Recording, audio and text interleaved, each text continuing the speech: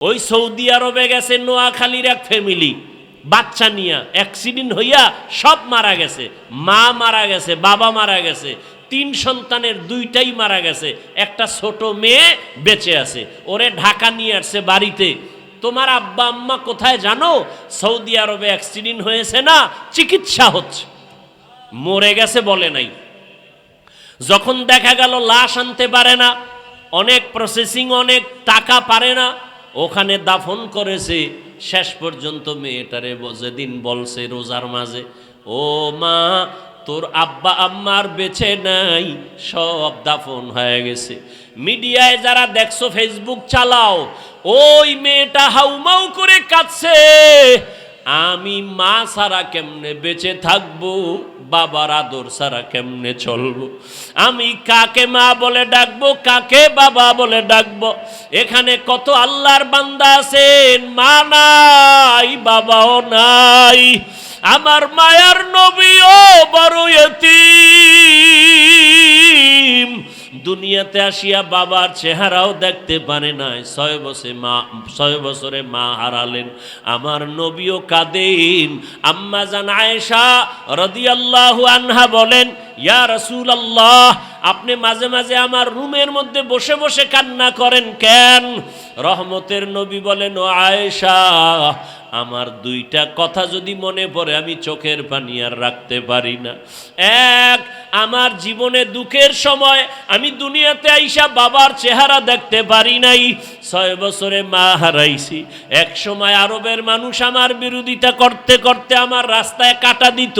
সেই সময় আমার একমাত্র আপন ছিল খাদিজা নামের বিবি। ওই খাদিজার কথা মনে পড়লে চোখের পানি ধরে রাখতে পারি না। ও আয়েশা, ওই খাদিজা আমার এত উপকার করত। আমি তায়েফের ময়দানে গেছি কালেমার দাওয়াত নিয়া।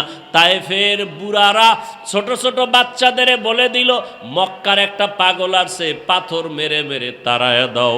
বাচ্চাগুলো পাথর হাতে নিয়া আমাকে বৃষ্টির মতো যখন মারা শুরু করলো, আমার শরীরে মশা মাছি পড়ে না, হারাম, কিন্তু সেই শরীরে পাথর পড়তে পড়তে রক্ত পড়তেছে। আমার শরীরে রক্ত পড়ি আমার পায়ের জুতা পর্যন্ত আটকায় গেছে। আমার আল্লাহ বরদাস্ত করতে পারেন নাই। জিবরাইলকে পাঠায় কয়ে যাও, তায়েফের জমিন উল্টাইয়া সব ধ্বংস করে দাও। আমার মায়ার হাবিবের কেউ মারবে, আমি সহ্য করতে পারি না। আমার হাবিবের রক্ত সহ্য করতে পারি না, চোখের পানি সহ্য করতে পারি না। জিবরাইল আমিন আসিয়া কয়, ইয়া রাসূলুল্লাহ, আপনি অর্ডার করেন, তায়েফের জমিন উল্টায় সব ধ্বংস করে দেই। নবী বলে, জিবরাইল ভাই, এদের মারবা না, এরা চিনে না আমি মুহাম্মদ কেমন। এরা যদি জানতো আমি বাবা হারাইয়াতি, আমি মা হারা অসহায়, ওরা কোনোদিন আমাকে এত আঘাত করত না। ওদের মারিও না, আল্লাহ যেন হেদায়াত দেয়, একদিন দিনের উপকার হবে। মায়ার নবী বলেন, ও আয়েশা, এত কষ্ট করে দিনের দাওয়াত দিছি, আমার থাকার ঘর নাই।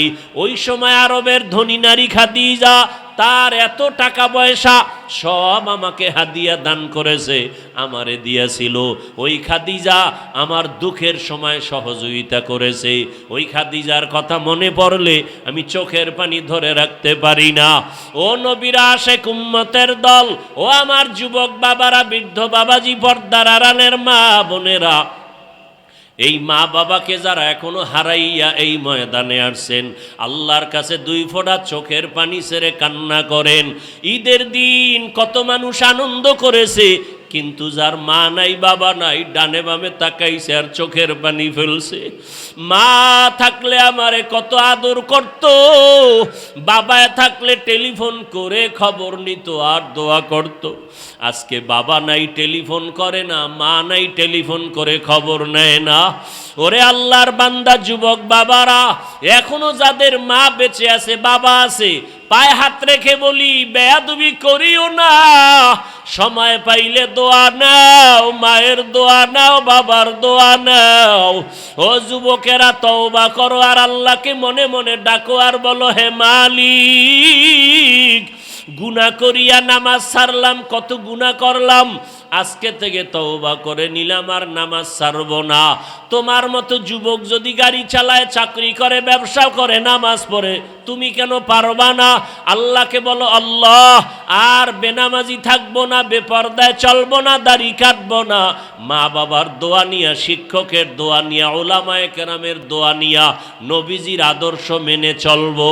মায়ের কাছে গিয়া দোয়া চাইও, বাবার কাছে গোপনে ক্ষমা চাইও। বাবায় যদি দোয়া করে কপাল খুলিয়া যাবে। ও ছাত্র বাবারা, শিক্ষকের সাথে যদি অজান্তে বেয়াদবি হয়, গোপনে ক্ষমা চাও। শিক্ষকের দোয়া ছাড়া সফলতা আসবে না। ওলামায়ে কেরামের দোয়া নিয়ে চলো।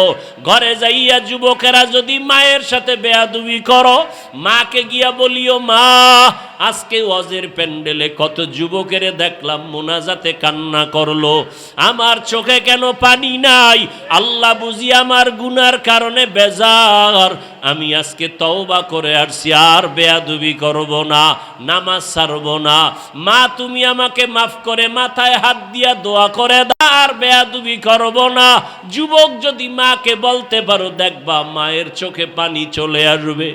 মা তোমারে ডাকবে আর বলবে, বাবা আয়। মাথায় হাতটা দিয়া কাঁদবে আর বলবে, ও আরশে আজিমের মালিক, আমার সন্তানটাকে তুমি মাফ করে দাও, দিনের জন্য কবুল করে নাও।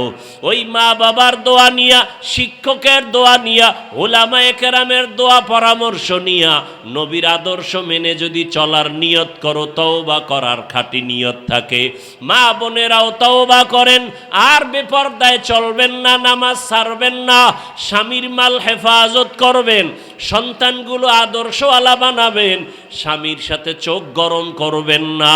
স্বামী বাজারে বাহিরে গিয়া কত পরিশ্রম করে কামাই রুজি করে আপনাকে আরামে ঘুম পাড়ায়, খানার আয়োজন করে, এগুলো যদি জানতেন কষ্ট দিতেন না। এবং স্বামী হিসাবে যারা আছেন, আপনারাও কিন্তু খেয়াল রাখতে হবে। ঘরের একটা নারী বাচ্চা নিয়ে কত কষ্ট করে, খানার পাকের ঘরে কত কষ্ট করে সংসারটাকে গুছায় রাখে। আল্লাহর মোহাব্বত নিয়ে তওবা করে সন্তানটাকে দুজনে মিলে আদর্শওয়ালা বানাবেন। নামাজ পড়ে পড়ে আল্লাহর কাছে দোয়া করবেন, আর বেনামাজি থাকবেন না, বেপরদায় চলবেন না। ও বৃদ্ধ বাবাজিরাও তওবা করেন, যুবকেরাও মনে মনে তওবা করো রে বাবা। যদি অন্তর তৈরি থাকে, আর গুনাহ করবা না, আল্লাহর বিরুদ্ধে যাবা না, নবীর তরিকা মেনে চলবা, তওবার নিয়ত যদি থাকে, খাঁটি অন্তরে তওবার নিয়ত যাদের আছে, দুটো হাত আল্লাহকে দেখাইয়া দাও। আয় আল্লাহ, হাতগুলো কবুল করে নেন, তওবা কবুল করে নেন, তওবার উপরে মজবুত হইয়া চলার তৌফিক দান করেন, আমিন। আলহামদুলিল্লাহি রাব্বিল আলামিন।